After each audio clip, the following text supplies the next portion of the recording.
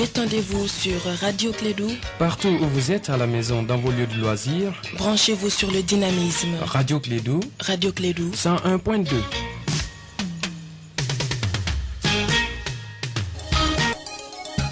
Le sport, les infos, la musique, l'actualité, le tout amusé et servi à chaud pour vous sur Radio Clédou.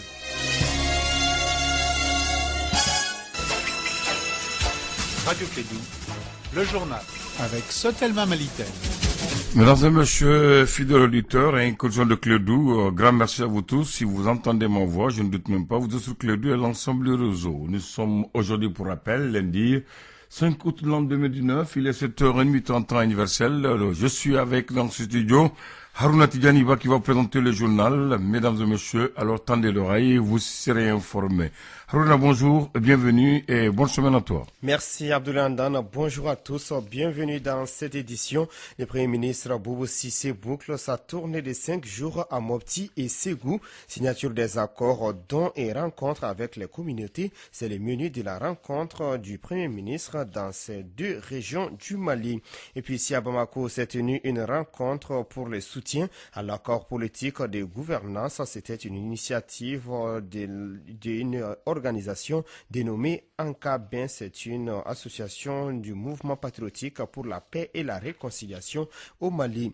Et puis un projet de l'USAID appelé Yelinkene, ce projet vise à unifier les rencontres cette rencontre vise à lancer en 2016 un projet sur la qualité de l'apprentissage, de la lecture et de l'écriture. Ce sont les titres de ce journal Arunaba pour le développement.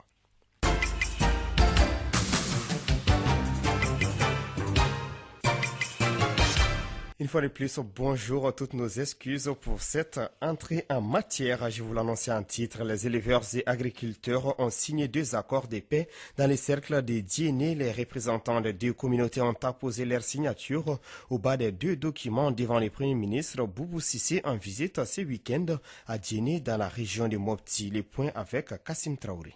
Entre le barrage de Djéné et la nouvelle autogare, l'ancien receveur de poste, Ibrahim Mahamadoun Maïga Dibaliki, se promène tranquillement. La situation sécuritaire aujourd'hui est très calme. Ça, c'est mon constat. Aujourd'hui, on se réjouit du brassage des gens qui se cherchent et se retrouvent aujourd'hui. Donc, cela veut dire que nous sommes dans l'accalmie aujourd'hui. Et surtout, avec cette délégation que nous venons de recevoir, ne fait que réconforter et nous encourager, vraiment nous rassurer de notre situation à Djéné.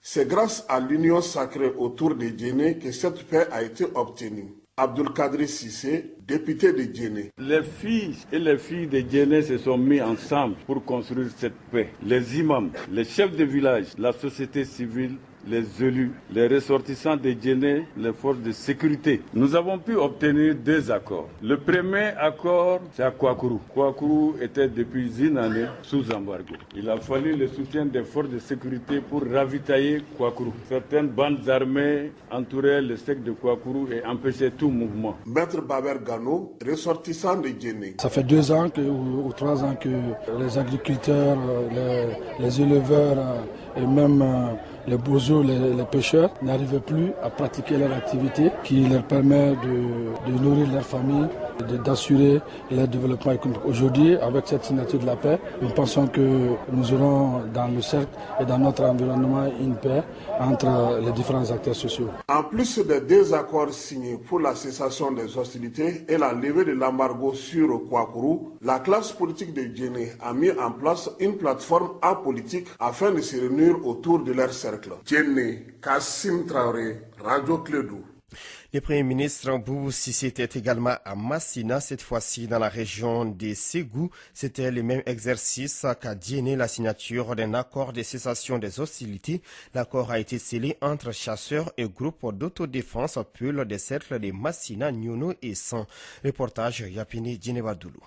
Arrivé en provenance de la région de Mopti, c'est à midi que l'avion du Premier ministre Boubou Cissé a atterri sur le sol de Massina, accueilli par le gouverneur de Ségou à la tête d'une forte délégation. À Massina, le Premier ministre a rendu visite aux notabilités et aux leaders religieux, puis c'était les rencontres et la signature de l'accord de paix entre Peul et Dosso. Amgodoba, membre de la délégation de Diafarabi.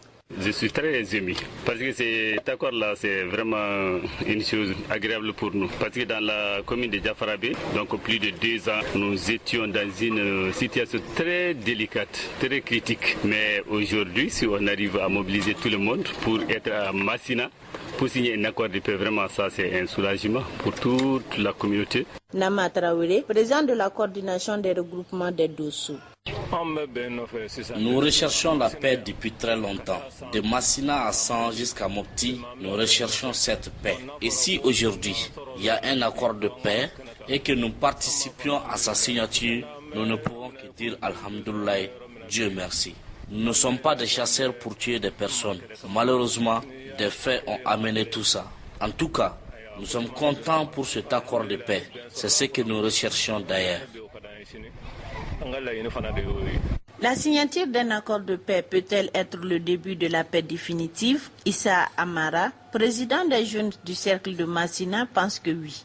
Franchement, je pense très bien que ça va amener la paix. L'accord est signé entre les habitants de Massina, c'est-à-dire les Peuls de Massina et les chasseurs de Massina, et qui se connaissent tous, de tout le temps vécu ensemble, qui évoluent ensemble, donc qui ont décidé de s'asseoir, de se comprendre, de s'accepter et de signer un engagement que chacun doit respecter. Je crois que ça va amener la paix à Massina. En tant que aussi jeunes de la localité, nous avons effectivement vécu les difficultés avec tout le monde ici. Donc s'il y a une occasion à ce que les choses se calment, je crois que nous devons accompagner l'ensemble des autorités et l'ensemble des communautés pour que chacun de son côté puisse respecter son engagement. Au-delà des parties signataires de l'accord de paix, des représentants d'organisations de la société civile, des autorités administratives, politiques et autres personnalités du cercle de Massina ont pris part à la signature de l'accord de cessation des hostilités entre les chasseurs et les groupes d'autodéfense Peul des cercles de San, Massina, Djéné et Nyono de Ségou.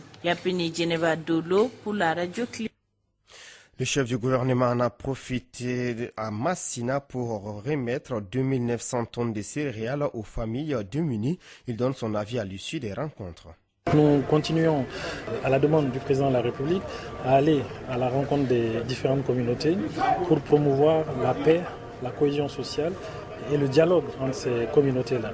Et dans la mesure du possible, consolider cela à travers des engagements que les unes et les autres vont prendre pour indiquer qu'elles sont dans une logique de cessation d'hostilité entre elles. Et l'événement auquel nous venons d'assister ici à Massina était important.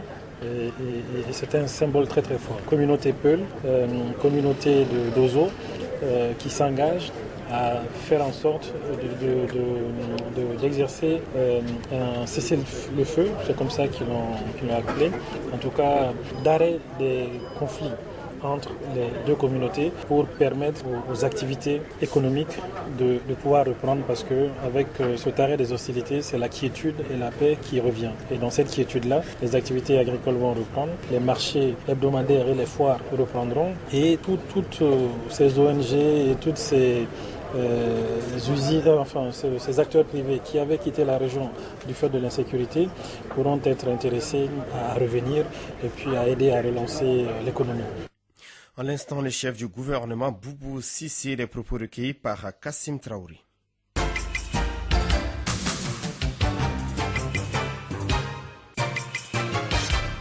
Ici à Bamako, s'est tenu un meeting de soutien à l'accord politique de gouvernance. C'est une initiative du mouvement patriotique pour la paix et la réconciliation au Mali. Ankabin, les 10 mouvements invitent l'ensemble du peuple malien à se donner la main pour que cet accord politique de gouvernance soit une réalité.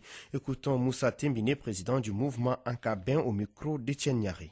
pense qu'on n'a pas 1000 solutions pour que le Mali puisse avancer. Le Mali ne peut avancer que lorsqu'il y a entente, cohésion sociale. Et certes, il n'y a pas de texte parfait.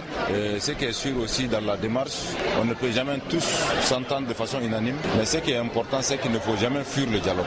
Il ne faut jamais refuser le dialogue.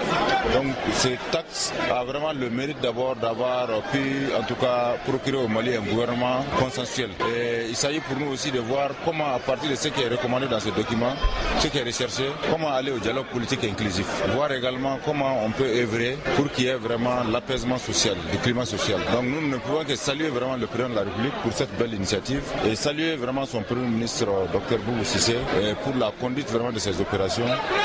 Et vraiment inviter l'ensemble du peuple malien à se donner la main, en tout cas pour que nous puissions faire en sorte que cet accord politique de gouvernance soit une réalité. C'est le lieu pour moi de saluer toutes les parties signataires de cet accord politique et inviter même ceux qui n'ont pas signé, malgré vraiment le fait qu'ils peuvent avoir des observations, à se joindre à l'exercice des dialogues pour que réellement on puisse trouver un compromis. Aujourd'hui il s'agit du Mali et vraiment je pense que rien n'est de trop pour le Mali, quelles que soient nos amertumes, quelles que soient nos frustrations, quels que soient nos états d'âme, quels que soient nos désaccords. Je pense que lorsqu'il s'agit du Mali, tout le monde doit répondre présent à l'appel. C'était Moussa Tembine, le président du mouvement patriotique pour la paix et la réconciliation au Mali, Ankabin. Tout à fait autre chose aux cérémonies de présentation des bibliothèques communautaires Yelenkene. C'était ce week-end dans la cour de l'OMAS, œuvre malienne d'aide à l'enfance Sahel. Ce projet de l'USAID Mali Sira lancé en 2016 pour 5 ans vise à améliorer la qualité de l'apprentissage de la lecture et de l'écriture des enfants de la première et deuxième année des écoles publiques, communautaires et islamiques. Mariam Kamara, reportage. Pour mieux s'assurer de la réussite du programme, les responsables du projet Mali Sira sont allés à la rencontre des partenaires publics-privés qui se sont manifestés pour les accompagner dans la mise en œuvre des bibliothèques communautaires Yelenkene. Andri Ranoavi Bouhangui, directeur adjoint du projet USAID Mali Sira. Nous avons sollicité les contributeurs privés et individuels dans le cadre de la mise en œuvre des bibliothèques communautaires quand nous allons mettre en place au niveau des communautés dans lesquelles nous intervenons. Notre appel a été entendu. Nous avons pu avoir des fonds pour financer 34 bibliothèques communautaires à mettre en place dans nos communautés. Et c'est pour présenter le produit de ces financements-là que nous sommes là aujourd'hui. En fait, ce n'est pas un système éducatif en tant que tel. Disons, c'est un accompagnement de ce que les enfants font à l'école. Ils sont à côté, en fait, pour renforcer les acquis des enfants. La Fondation Clédou compte parmi les partenaires financiers de ce programme avec le décaissement de 12 millions de francs CFA. Kadi Kamara de la Fondation Clédou. Ce qui nous a motivés, c'est pour l'amour de notre pays, l'amour de nos enfants, pour que nos enfants aient un avenir meilleur à travers l'éducation. Nous avons contribué dans ce projet de l'USAID Mali Sira parce que nous nous soucions aussi des futures ressources humaines de nos entreprises. Qui dit ressources humaines dit qualité. Donc sans une bonne éducation, on ne peut pas avoir des ressources humaines de qualité. Et aussi, nous avons voulu, au niveau du groupe Clédou, de jouer notre rôle sociétal de l'entreprise. Nous faisons des profits. Nous devons aussi penser au social, raison pour laquelle la fondation a été créée. De son côté, la Banque de développement du Mali a contribué avec 3 500 000 francs CFA. Amidou Guindo, chargé de mission auprès de la BDM SA. Tous les parents doivent être motivés pour participer à une meilleure éducation de base. Les entreprises n'en parlons pas. Au niveau de la Banque de développement du Mali, on sait que la qualité, l'excellence est une référence qui est recherchée là-bas. Donc on cherche du coup à former la base, ces enfants qui sont les dirigeants de la BDM et du Mali et du monde entier de demain. La liste des donataires n'est pas complète. Le projet Mali Sira appuie notamment l'utilisation de la langue nationale, l'équité dans la scolarisation filles et garçons ou encore l'implication des parents et de la communauté dans la vie de l'école. Merci Mariam Kamara. Les baccalauréats maliens débutent ce lundi. Ils sont des milliers de candidats en lice pour les Sésame. Bonne chance aux candidats. Actualité internationale sans transition. La Guinée s'apprête à rendre les derniers hommages à Mamoudou Bari. Après la cérémonie d'hommage ce dimanche 4 août à Conakry, le cortège funéraire a rejoint cette nuit la localité de Mamou à 300 km de la capitale guinéenne où est prévue la prière mortuaire ce lundi suivi de l'inhumation à Boularo, village natal du défunt. Les États-Unis sous les chocs. En quelques heures, 2 fusillades ont fait 29 morts et des dizaines de blessés à El Paso, à la frontière du Mexique. Un homme a ouvert le feu près d'un centre commercial avant d'être arrêté. Il voulait apparemment s'en prendre à la communauté hispanique. Dans la ville de Dayton, dans l'Ohio, une autre fusillade a éclaté à la sortie des bars et des restaurants. L'homme a été abattu selon l'ONG Gun Violence Archives. Les États-Unis ont connu 251 tueries de masse depuis le début de l'année. Ce sont celles qui ont fait au moins 4 victimes mortelles ou non. Donald Trump assure ce dimanche que la haine n'a pas sa place aux États-Unis après 2 fusillades particulièrement meurtrières en quelques heures. Hong Kong sous les chaos dans les transports, des opérations de blocage des rames des métros lancées par les manifestants pro-démocratie ont provoqué de fortes perturbations dans les transports hongkongais. C'est lundi 5 août au matin alors qu'une grève générale doit paralyser toute la ville. Il est 7h passé de 15 minutes. Vous écoutez Clé Info.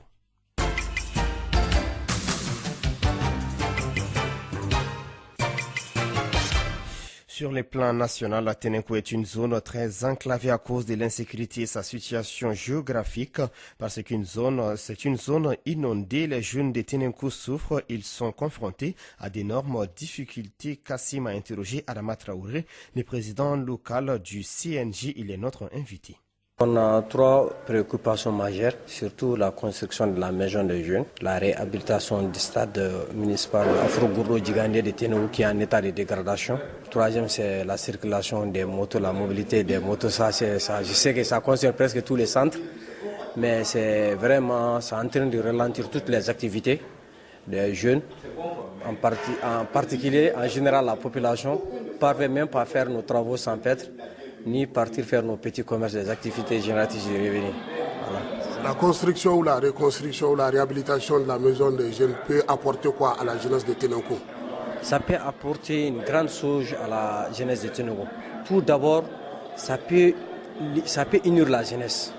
Et de deux, cette action peut faire de cette façon que les jeunes trouvent un lieu de distraction, un lieu de loisir. Donc si les jeunes parviennent à vraiment créer de l'ambiance à leur tour, il y a beaucoup de choses qui les tentent, va les échapper. Donc ça peut créer même la cohésion entre les jeunes, l'union entre les jeunes, surtout ça. Aujourd'hui, qu'est-ce que la jeunesse de Ténenko mène comme activité avec cette insécurité et surtout les djihadistes tout autour de la ville? Bon, les activités habituellement c'est relancé, c'est timide maintenant, comme quoi nos petits commerces, voir des activités socio-professionnelles, les activités professionnelles, les coupes couture, souder ces activités génératrices de revenus, nous continuons à les faire, aller aux champs, partir dans les lieux de berges et autres. C'est ces activités que nous continuons à faire, mais vraiment de façon timide. Ce n'est pas tout le monde aussi qui peut faire circuler comme il veut. C'est-à-dire? C'est-à-dire qu'avec, comme tu dis, l'insécurité, la circulation des gens, beaucoup ne peuvent pas circuler. Tout à l'arrêt des motos, ça c'est un second aussi, dit à la sécurité de certaines personnes même. Vraiment, ils ne sont pas censés de quitter la ville. Ils sont menacés de quitter la ville. La menace vient de qui? Qui est-ce qui menace Ténenko? Est-ce qu'il y a des infiltrations dans la ville? Bon, là, je ne peux pas confirmer qu'il y a des infiltrations, je ne peux pas confirmer, mais on ne peut rien dire parce qu'avec l'insécurité, surtout notre zone là, tout est possible. Votre bureau a eu la chance de rencontrer le ministre de la Jeunesse et des Sports. Qu'est-ce que vous vous êtes dit? Le ministre nous fait savoir que pendant les vacances surtout, ils vont essayer de faire occuper les jeunes. Au lieu que les jeunes restent assis, prendre du thé du matin au soir, au moins ils vont essayer d'organiser un tournoi interrégional où tous les cercles vont compétir. Ça c'est un. De deux, ils vont essayer de faire des activités sur la citoyenneté. C'est très important. En tout cas, les jeunes vont essayer d'occuper, même s'il a été très franc qu'ils ne peuvent pas vraiment dire qu'ils vont finir le chômage des jeunes, ils vont créer de l'emploi pour les jeunes, mais ils peuvent faire occuper les jeunes. Peut-être avec les activités de la Sudan comme exemple, ils peuvent faire des activités de salubrité. Puis à Tenenkou n'est pas facile, on n'a même pas de terrain. Ce n'est pas facile, on n'a même pas de... Ce que je dis que c'est le seul lieu de distraction des jeunes. Au moment où je te parle, le terrain est inondé. Parce que l'eau se stagne au niveau du terrain, c'est inondé. Je lui ai même demandé, parce que pour que Tenenkou puisse vraiment participer à ce tournoi, à cette coupe, il faut que le terrain soit aménagé, il faut que ça soit rempli, le terrain de Tenenkou. Quelle réponse a été donnée par rapport à votre doléance qui est la construction d'un stade à Tenenkou ici? Cette construction, je crois qu'avec depuis le ministre Boubé, il a promis et il a même confirmé que le financement est acquis. Et les travaux allaient démarrer en début 2019. À présent, RAS rien à signaler. Et puis, Boubou dit que comme l'État c'est une continuité, lui, il va vraiment honorer les promesses de son prédécesseur. Quelles sont vos impressions, même de façon générale, par rapport à cette visite du Premier ministre à Tenenkou? Bon, cette visite, vraiment, vous avez vu comment la population est sortie massivement.